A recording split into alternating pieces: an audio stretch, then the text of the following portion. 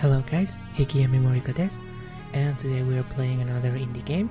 It's called Nightshade. You are the drug, and well, it's kind of different of what I play, but I wanted to give it a try because it looks cool. So I think this is a demo, and you can support them on Kickstarter if you like the game. So let's play a new game and see what happens.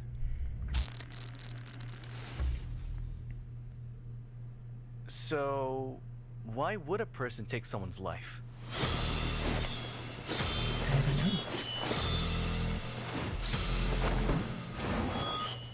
don't know.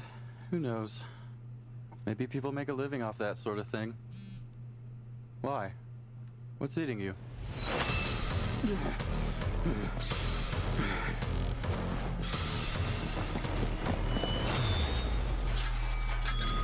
Nothing really. Just a passing thought.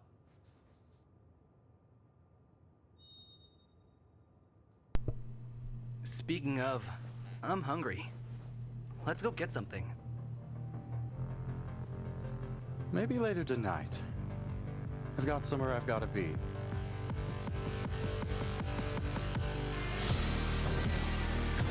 So is this about killers? And another good place to hide your knife, I guess. So, Got somewhere I've got to be. alright. Seems like I won't be talking much this time, but it looks cool. I like the animation. So it is a visual novel. So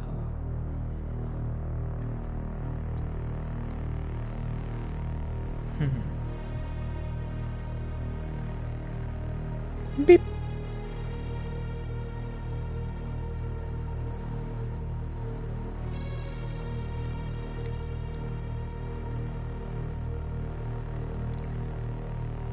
High above the restless heartbeat of the city, a clock stranger crouched near the edge of towering skyscraper. Strands of ripening air almost gazed at the dark skyline above and were just let as gust of wind blow them about.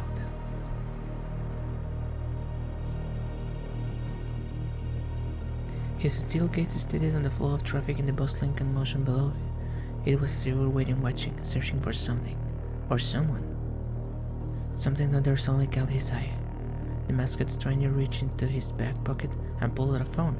He glanced at the bright screen, assessing the information that came through. So we are assassins? Target located. Wordlessly, the man slid the phone back into his pocket without hesitation. He closed the door and disappeared down the fire escape, quiet and precise. The game looks cool, so the sound of labor breathing echoed through the YAOI as a frightened man staggered to his feet near a dumpster. Shadows were cast along brick walls, adorned in ripped posters and haphazard graffiti. One shadow stalked the other from the covers of darkness. Quietly approaching paranoia was beginning. I guess the people's not talking was beginning to set like the slow punch of a syringe. Drug dealer, oh there it is. What was that? That man gripped at his chest in fear, his voice cracked with the pressure of panic. Bits, oh, like the expressions are good. Bits of the sweat trickled down his furrowed brow. His wide gaze glanced around his front frantically. He was being hunted.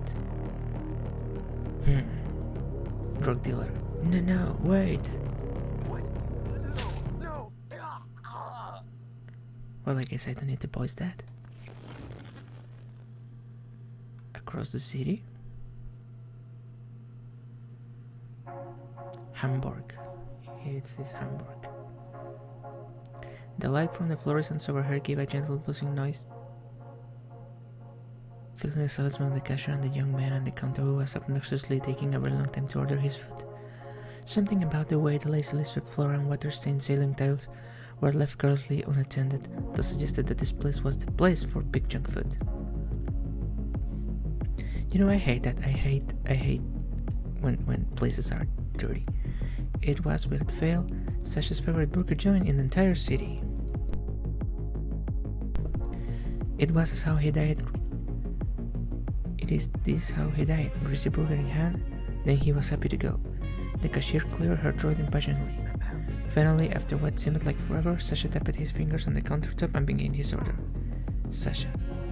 I'll have imposter burger, big old beef, onion depth. Big old beef. I have the big old beef, no lettuce. Okay, that will be whatever. Yeah, it's weird because sometimes it's voiced and I don't know if I should tag or not. Yeah, here you go, see you later. Sasha handed over the money and pocketed the change that came after. Later, Sasha, the cashier, said he's to go back on the countertop and gave him a quick finger gun goodbye. He stripped the guts and headed off for the hole in the wall, impatiently digging into the paperback to retrieve and grab his burger. Without a second to lose, Sasha shoved the burger into his mouth, chewing delightfully. Nice. Oh man, this is the best. Night had settled over the city and painted the buildings in purple and blue hues.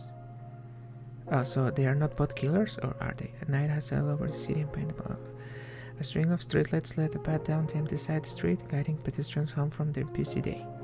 Sasha, with his burger in hand, passed by a collection of vending machines near an alley intersection. His free hand dug into his pocket and pulled out whatever he could find. He didn't have enough change for a cola, and lean was not a good currency. Oh man. With a defeated side, Sasha continued on. It wasn't often that Sasha walked this way when heading home.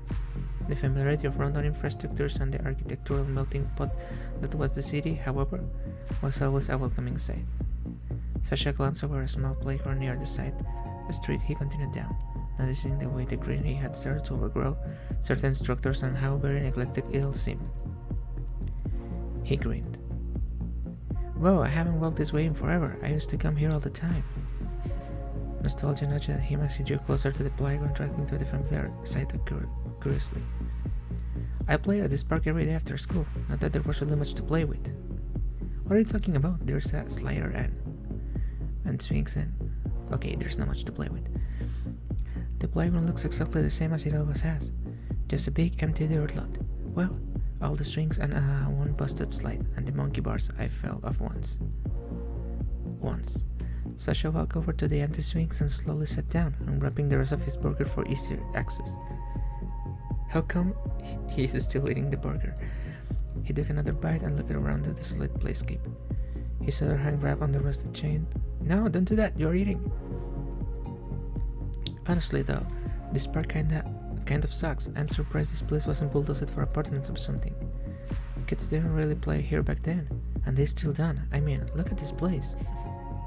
He laughed at himself gently, taking another bite of the burger. He was far too hungry to wait until he got all the way home to finish eating.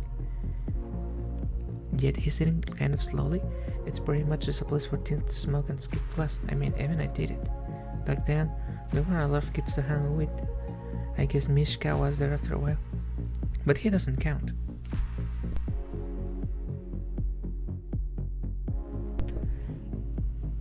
But it's whatever. It beats sitting in an empty apartment every night. The art for the game is really good. Sasha dug the tip of his shoe into the mulch beneath him, lost intact, momentarily forgetting the world around him while memories played out in his mind. Usually I stayed up pretty late, but when the sun disappeared behind the I'm sorry if I butchered that, Krnchkova near the school, I'd head home. Walking home alone was fine since we didn't live very far, plus there was a little corner store right by our apartment that I was to stop in. That place was loaded like. I could grab dinner for me and Mom when she worked late. I also picked her up some apple piroshkis. I'm sorry I don't know how to read those words. She loves so much, I swear sugar runs through her veins. Probably where I got it. She still can't stay mad at me if I give her one of those. The fondness email is on his feet. Man, time really flies.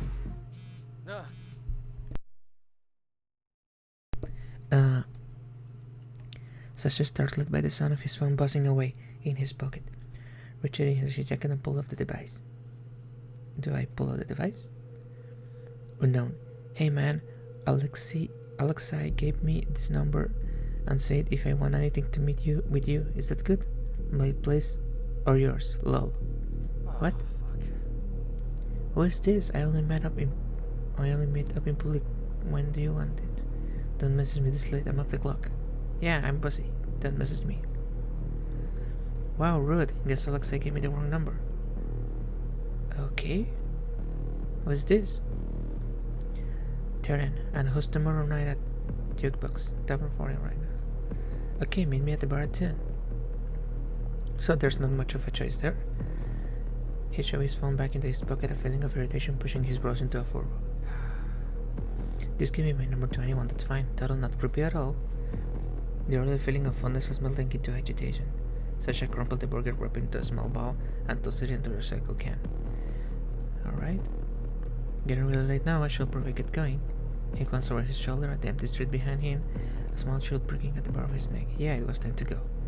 The street lights began to spread out the further he walked, becoming less and less frequent along the way.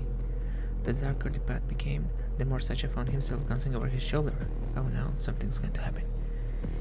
His pace quickened, not even bothering to stop when he passed the corner despite the aroma of apple piroskis.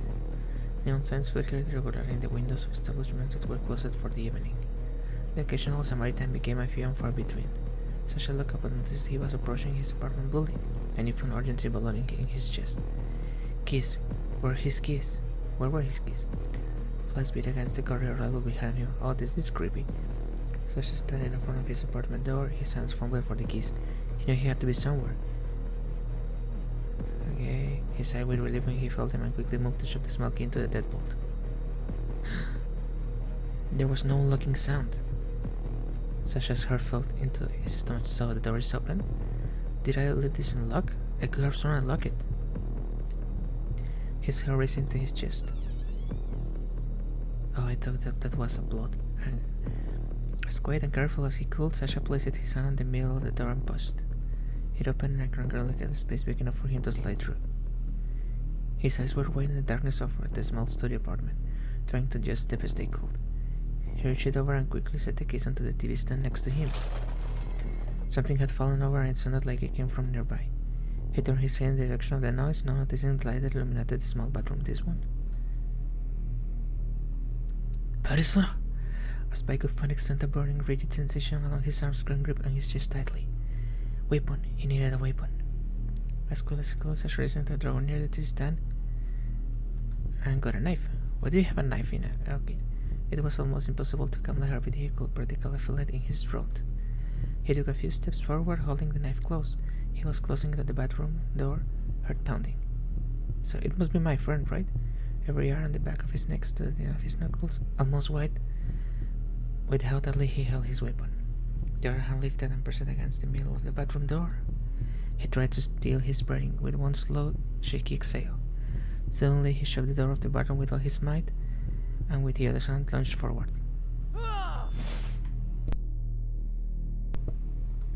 Did you really think you'd win in a knife fight against me? Sasha.